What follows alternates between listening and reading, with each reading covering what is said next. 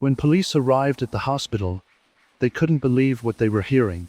Adriana had survived one of the most brutal attacks they'd ever seen, and she was talking. Her voice was weak, her body broken, but her memory was clear. She told them it was Tina, Heather, and Brittany, the women she had trusted, the ones who tried to kill her. From that moment on, the investigation moved fast. Detectives headed straight to Tina Brown's house. They found her calm, sitting on the couch like nothing had happened. She claimed she'd been at Heather's house all night, watching movies and eating fried fish. She even said Adriana had been there earlier in the day, helping her heat up chicken in the microwave. Everything she said was casual, too casual, but the detectives weren't buying it. They could see the signs. Tina avoided eye contact. She fidgeted, touched her face, stumbled over details. Her story didn't match what Heather and Brittany were saying. Everyone had different timelines, different versions of the night. Then came the scratches. Tina had marks on her hands and face. She blamed her puppy, but the investigators knew better. They were already collecting evidence, fingerprints, cell phone records, witness statements, and they had Adriana's words. The most chilling moment came during the interrogation. When the detective told Tina that Adriana had survived and named her as one of the attackers, you could see it. The moment the truth hit her, her face changed, her body slumped forward. That was when she realized they hadn't finished the job, and now it was only a matter of time. As forensic evidence began to roll in, everything lined up. The stories didn't match, but the evidence told the truth. Blood traces, phone data, even the gas can found nearby, it all pointed back to the three women. And most importantly, Adriana had lived long enough to name them. The courtroom was filled with emotion.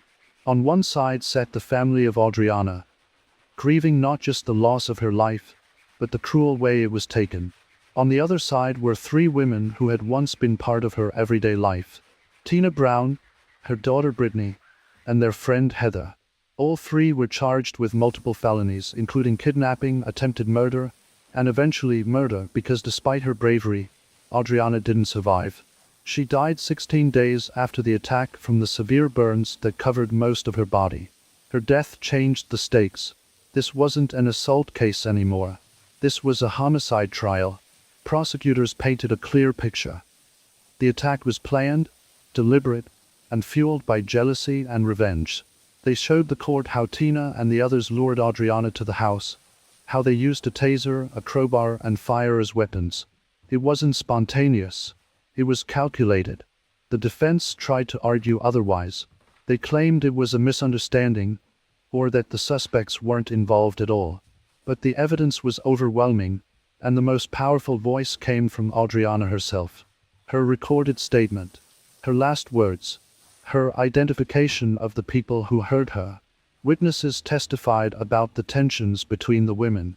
Forensic experts explained the injuries. Investigators broke down the timeline, the inconsistencies in the alibis, and the failed attempt to cover up what really happened. In the end, the jury didn't take long. Tina Brown was found guilty of first-degree murder and sentenced to death. Brittany and Heather were also found guilty, each receiving lengthy prison terms for their roles in the attack.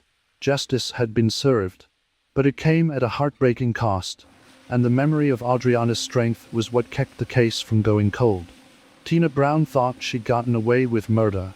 She had helped drag a young woman into the woods, beat her, and set her on fire. As far as she knew, plus there was no coming back from that. The body wouldn't talk. The secret was safe.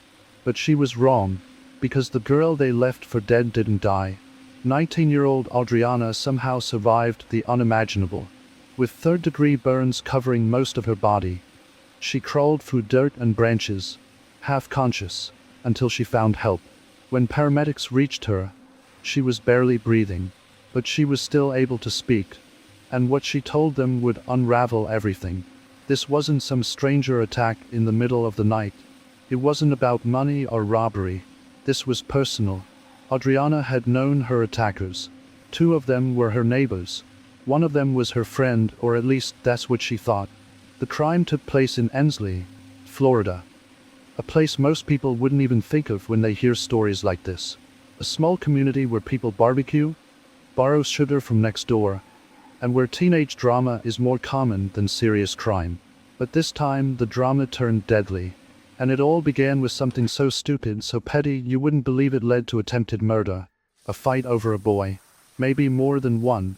Add in years of jealousy, rumors, betrayal, and that dangerous human need to get even. And suddenly, the fire wasn't just metaphorical.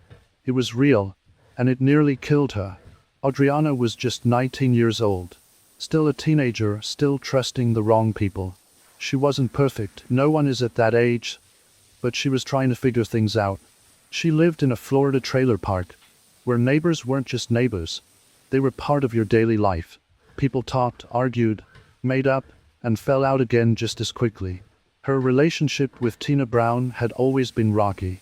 Tina was in her mid-30s, more than a decade older, but somehow the two hung around each other like mismatched friends. There was tension, but also familiarity. Some days they acted like family, cooking food and watching movies. Other days they were screaming at each other over things like jealousy, gossip, or boys. It was the kind of relationship that always seemed a few words away from exploding. Tina had a daughter named Brittany, close in age to Adriana, and Brittany had problems with her too. She believed Adriana had hooked up with her boyfriend behind her back. Whether that was true or just another rumor, it added gasoline to an already burning fire. Then there was Heather, another woman in their circle. Not a close friend of Adriana's, but a regular presence. She lived nearby, part of the same social web, and she had her own issues with Adriana. To people on the outside, it might have looked like typical small-town drama. But what most didn't realize was that these tensions weren't cooling off. They were quietly growing into something much more dangerous. Grudges were turning into plans. Whispers were turning into action. And right in the middle of it all was Adriana. Still showing up at their homes, still thinking things could go back to how they were. Still not knowing that the people smiling at her were the same people about to try to kill her. On the night everything happened, Adriana wasn't expecting a fight. She wasn't scared. She wasn't angry. She thought she was walking into a conversation to patch things up. It was Tina's house, the same place she'd been dozens of times before. That night, Tina, her daughter Brittany, and their friend Heather were already there. They'd planned it. They were waiting for her. The moment Adriana stepped inside, things turned violent. There was no yelling, no warning, just a sudden ambush. She was tossed first, jolted with electricity until she collapsed. Then came the crowbar. They beat her with it, striking her over and over, shattering bones, cutting her skin. At some point, she lost consciousness. But the assault didn't stop there. Once they thought she was no longer a threat, they shoved her into the trunk of a car. She was still breathing. Maybe they didn't notice. Maybe they didn't care. They drove her out to a remote wooded area, far enough from homes that no one would hear her scream. There, in the dark, they pulled her out of the trunk, doused her with gasoline, and set her on fire. Then they walked away. They didn't check for a pulse. They didn't wait. They left her there to die, thinking they'd erased her from the world. No body, no witness, no consequences. But somehow Adriana didn't die. Through sheer strength, or maybe just desperation, she crawled. Burned, beaten, and barely conscious, she found a nearby house. Someone opened the door and called for help. When paramedics arrived, they didn't think she'd make it. Her body was covered in burns.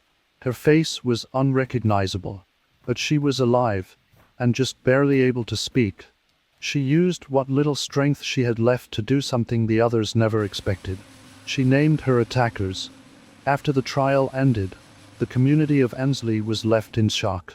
This wasn't a big city crime or some anonymous act of violence. These were neighbors, mothers, daughters, people who lived just steps away from each other.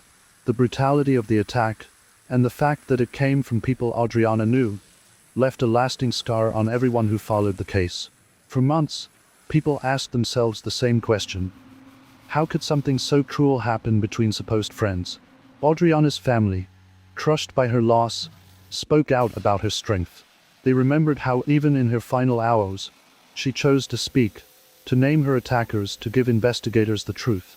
That courage, they said, is what brought justice. Without her voice, there might have been no case at all.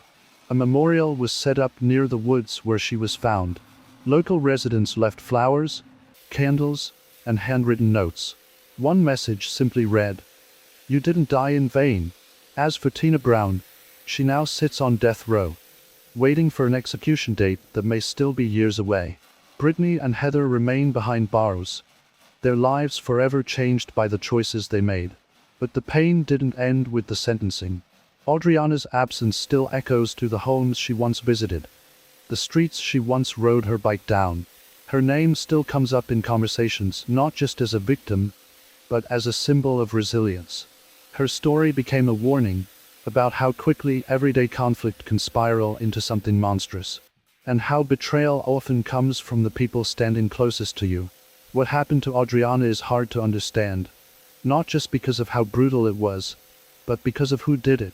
This wasn't a random act of violence. It wasn't a stranger in the dark. It was her neighbor, her friend, a woman she trusted. And that's what makes this case so disturbing.